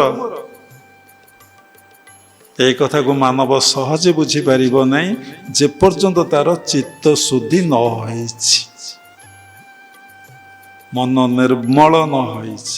ସେ କେବେ ଉଲ୍ଲଗ୍ନ ହେଇପାରିବ ନାହିଁ, କେବେ ଉଲ୍ଲଗ୍ନ ହେଇପାରିବ ନାହିଁ,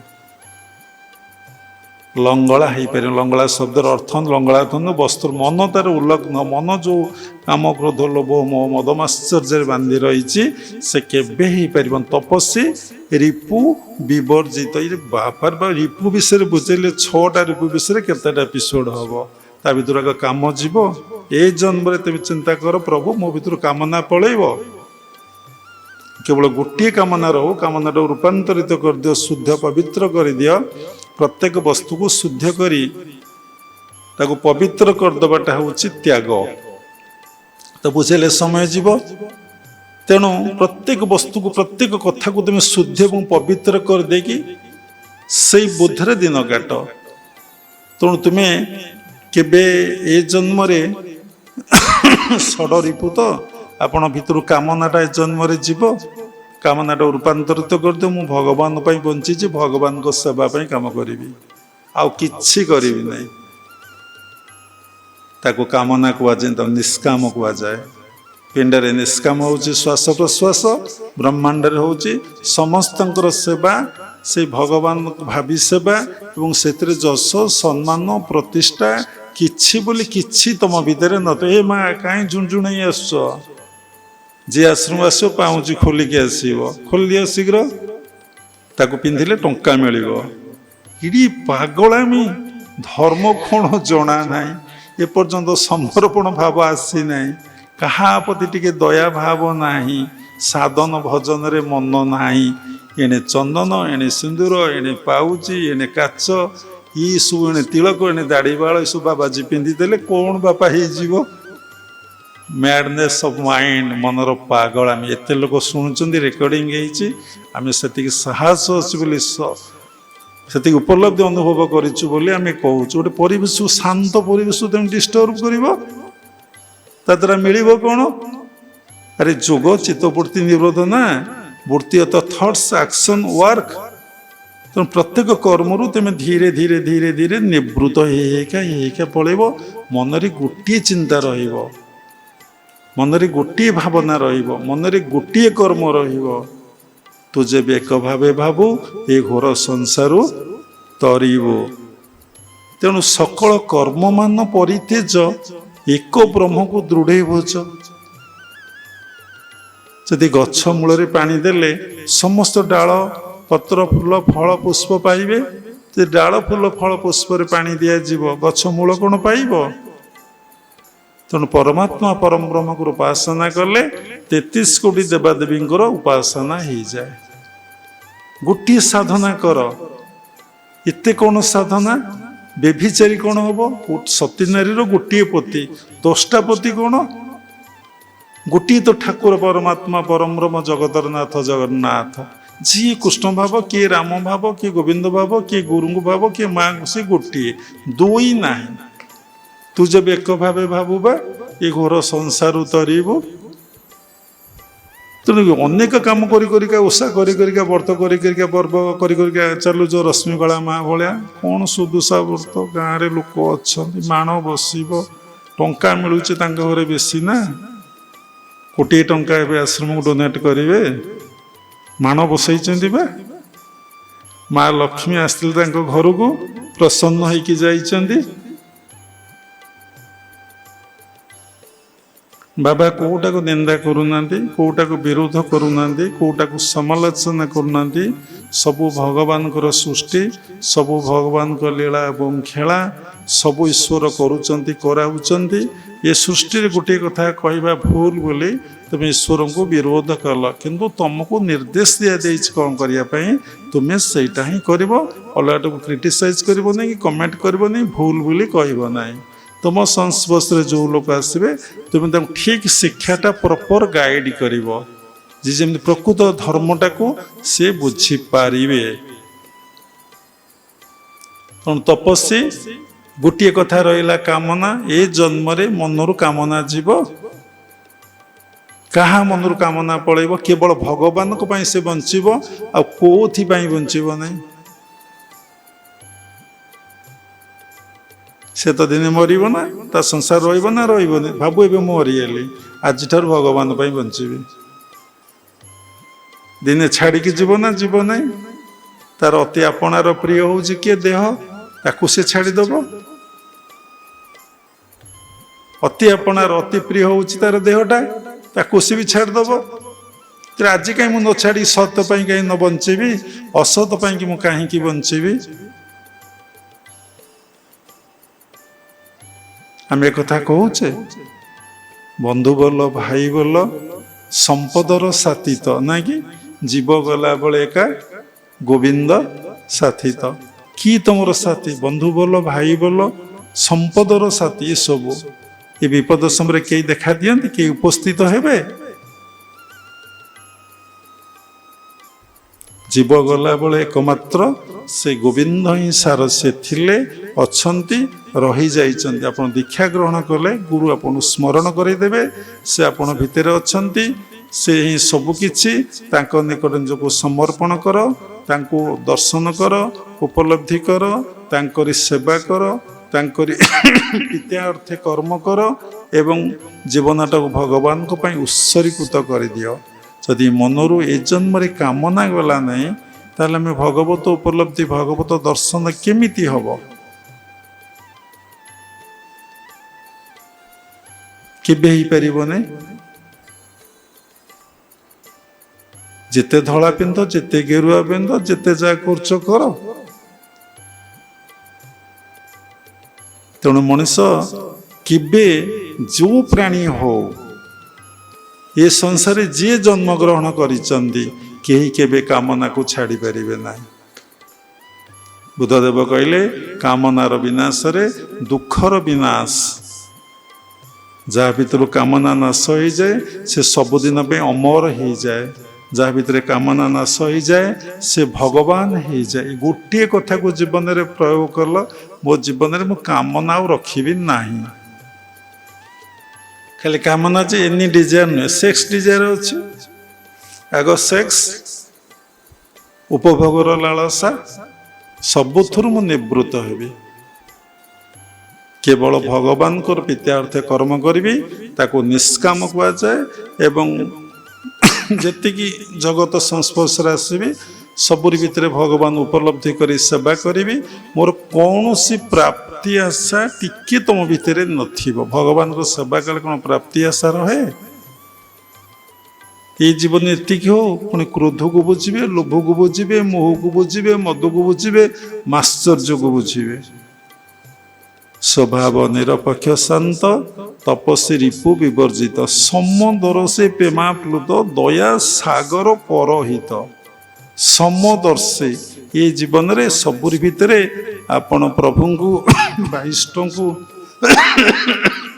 ବା ଜଗନ୍ନାଥଙ୍କୁ, ପରମାତ୍ମା ପରମ ବ୍ରହ୍ମକୁ ଆପଣ ଇଏ କରିବେ, ଦର୍ଶନ କରିପାରେ। ସବୁରି ଭିତରେ ଜଣେ। ବାବା ପୂର୍ବରୁ କହୁଥିଲେ, ସାଧନା କରି କରି ଚାଲିଲେ ଯେତେବେଳେ ସବୁରି ଭିତରେ, ପୁଅ ଭିତରେ, ଝିଅ ଭିତରେ, ସ୍ତ୍ରୀ ଭିତରେ, ଗାଈ ଭିତରେ, ଛେଳି ଭିତରେ, ମେଣ୍ଢା ଭିତରେ, ମୟୂର ଭିତରେ, ପଶୁ ଭିତରେ, ପକ୍ଷୀ ଭିତରେ ତାଙ୍କୁ ଦେଖିପାରିବେ, ସେତେବେଳେ ଆପଣ ଭିତରେ ଭକ୍ତିଭାବ ଟିକେ ଟିକେ ଆସୁଛି। ଭକ୍ତିଭାବ ଟିକେ ଟିକେ ଟିକେ ଟିକେ ଆସୁଛି। ଏଇ ଗେରୁଆ ପିନ୍ଧିଦେବା, କି ଚନ୍ଦନ ପିନ୍ଧିଦେବା, କି ଦାଢ଼ି ବାଳ ରଖିଦେବା, କି ଗିନି ବଜେଇବା, କୀର୍ତ୍ତନ କରିବା, ନିଜେ ଅରୁଆ ଭାତ ଡାଲମା ଖଟା କ୍ଷୀରି ଖାଇବା, କିଏ ଆସିଲେ ଖାଇବାକୁ ଦେବା ନାହିଁ।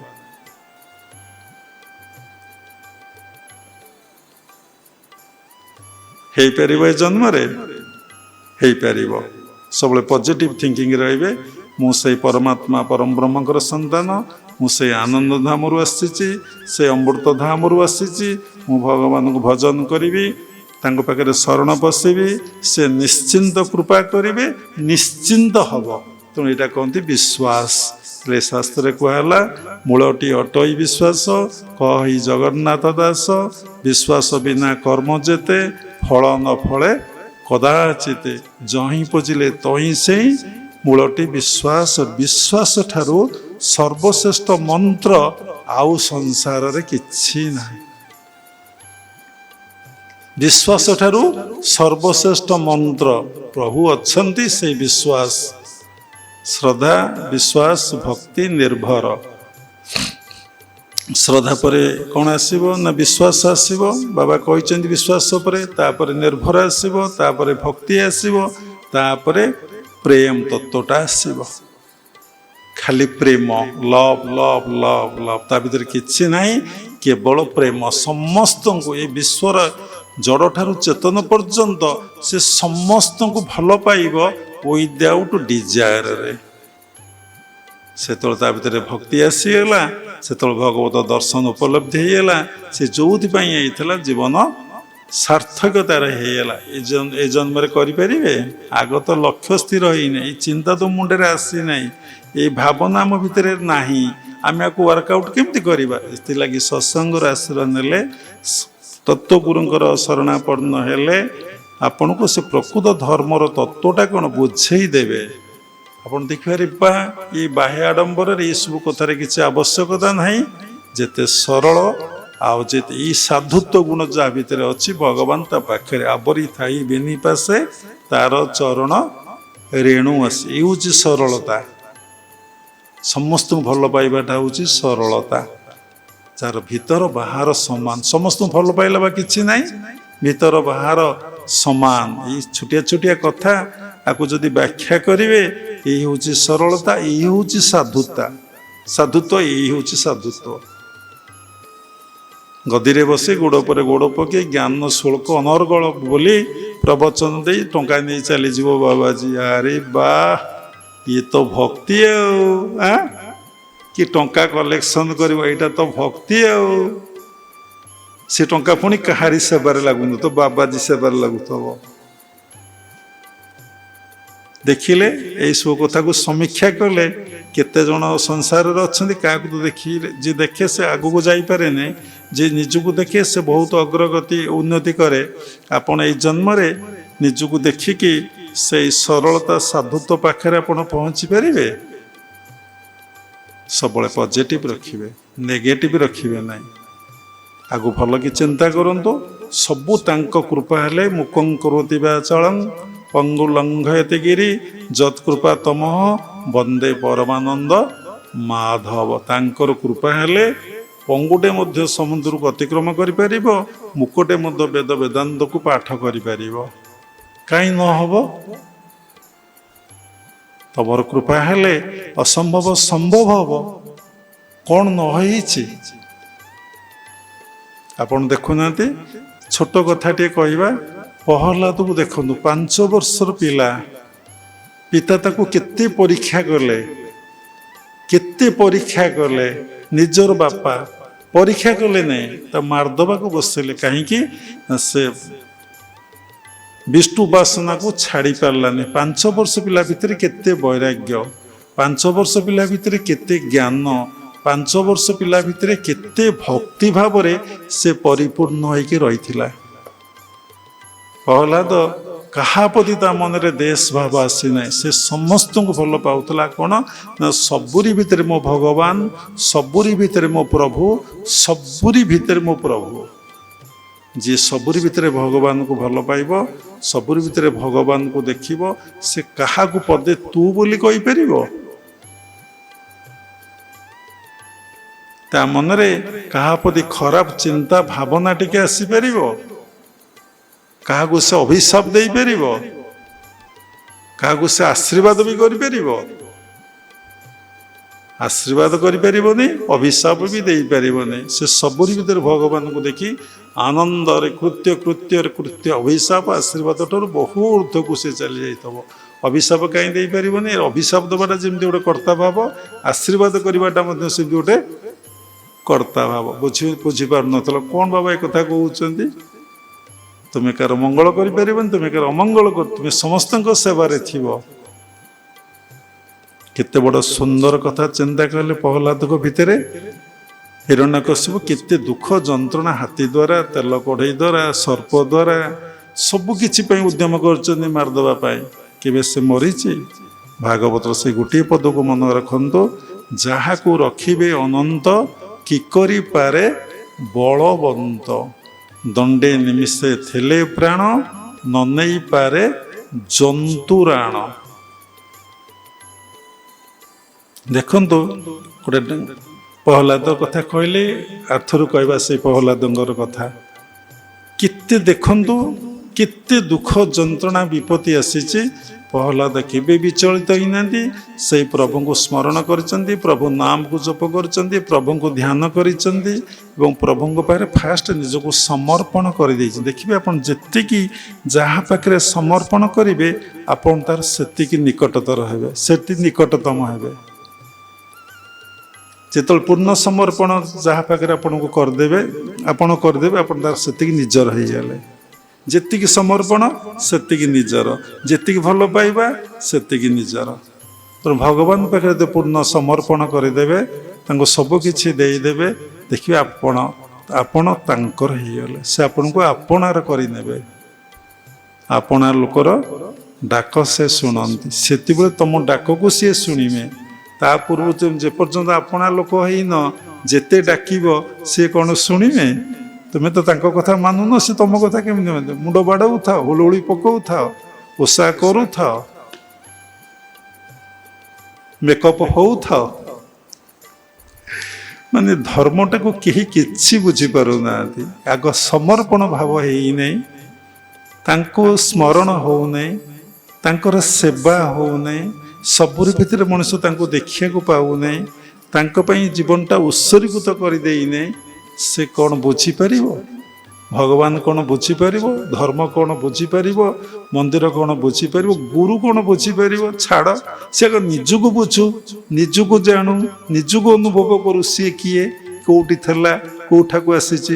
ଛାଡ଼ ଏଇସବୁ କଥା। ସେ କେଉଁଠିକି ଯିବ, କେବେ ଯିବ, ଆଉ କେମିତି ଯିବ? ଆଉ ଆସିବ ତ ନା ଆସିବ ନାହିଁ?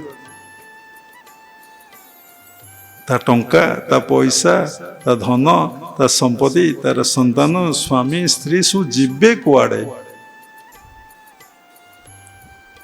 ପାଗଳାମି, ବଡ଼ ପାଗଳାମି। ଆକୁ ବୁଝ, ଭଲ ଭାବରେ ଜାଣ, ତାପରେ ଜୀବନ ନିର୍ବାହ କର। କିଛି କୁଆଡ଼େ ତ୍ୟାଗ କରିପାରିବ ନାହିଁ, କେବେ କାମ ବନ୍ଦ କରିପାରିବ ନାହିଁ। ସମସ୍ତେ କାମ କରିବେ। କିଏ ରଜଗୁଣରେ କାମ କରିବ, କିଏ ତମ ଗୁଣରେ କାମ କରିବ, କିଏ ସତ୍ୟ ଗୁଣରେ କାମ କରିବ, କିଏ ବିଶୁଦ୍ଧ ସତ୍ୟ ଗୁଣରେ କର୍ମ କରିବ, କିଏ ସବୁରୁ ଅତୀତ ହେଇକି ମଧ୍ୟ କର୍ମ କରିବ। ସେ କଥାଟା ବଡ଼ କଷ୍ଟ କଥା। ଦେଖନ୍ତୁ, ଯେତେ କର୍ମ ଆପଣ ରଜଗୁଣ, ତମ ଗୁଣ କର୍ମ, ସତ୍ୟ ଗୁଣର କର୍ମ ଏପର୍ଯ୍ୟନ୍ତ ନାହିଁ, ପୁଣି ବିଶୁଦ୍ଧ ସତ୍ୟ ଗୁଣର କର୍ମ, ପୁଣି ଗୁଣାତୀତ ହେଇକି କାମ। ତେଣୁ ଭାଗବତ ଗୋଟେ ପଦ ଅଛି କ'ଣ ନା, ତ୍ରିଗୁଣ ସଙ୍ଗେ ସଙ୍ଗ ଯାର ନାହିଁ, ଉଦ୍ଧବ ଈଶ୍ୱରଟି ସେଇ। ତେଣୁ ଆମେ ତ ରଜ ତମ ଗୁଣରେ ଅଛେ, ସତ ଗୁଣକୁ ଯାଇ ଝୁମୁରୁ ଝୁମୁରୁ ଝୁମୁରୁ ଝୁମୁରୁ ହେଇ ଆଶ୍ରମକୁ ଆଉଛେ, ପୁଳାଏ କାଚ ପିନ୍ଧିକି ଆଉଛେ, ପୁଳାଏ ସୁନା ପିନ୍ଧିକି ଆଉଛେ। ହି ବାପା, ଏଗୁଡ଼ା କ'ଣ ତୁ ପିନ୍ଧିକି ଆସିଥିଲୁ? ତୁ ବାପା ଏଗୁଡ଼ା କ'ଣ ପିନ୍ଧିକି ଯିବୁ? ଆକୁ ପିନ୍ଧିଲେ କ'ଣ ଭଗବାନ ପ୍ରସନ୍ନ ହୁଅନ୍ତି ବୋଲି କୋଉଠି କୁହାହେଲା? ବୁଝା ହେଇପାରିଲାନି। କ'ଣ ନା, ସ୍ୱଭାବ ନିରପେକ୍ଷ ଶାନ୍ତ, ତପସ୍ୱୀ ରିପୁ ବିବର୍ଜିତ, ବୁଝାଇବେ ସମଦର୍ଶୀ, ପ୍ରେମାପ୍ଲୁତ, ସମସ୍ତଙ୍କୁ ପ୍ରେମ କରୁଛି। କିଛି ନାହିଁ। ଏତିକି ତ କର, ଦେଖିବା ଜଗତ ତମର ବଶୀଭୂତ ହେଇଯିବ। ଦୟା ସାଗର ପରହିତ, ଦୟାର ପୁଣି ସେ ସାଗର ହବ। ହେଇପାରିବ? ଦୟାର ସାଗର ହେଇପାରିବ? ସୁଦ ନିର୍ଦୟ, କିଏ ମାଗିଲେ ଟଙ୍କାଟେ ଦେଇପାରୁଛ? ଆରେ ସେ କାହିଁ ମାଗିଲା? କୋଡ଼ିଆଟା ଖଟୁନୁ ପାଇବୁ। ଭଗବାନଙ୍କୁ ତମେ ଶୋଧି ସାରିଲଣି, କୋଢ଼ିଆ କହିସାରିଲଣି, ଠକ କହିସାରିଲଣି। ମୋ ପଇସାଟା କାହିଁ ତୁ ନବୁ? ରେ ତୁ ମୁଁ କିଏ?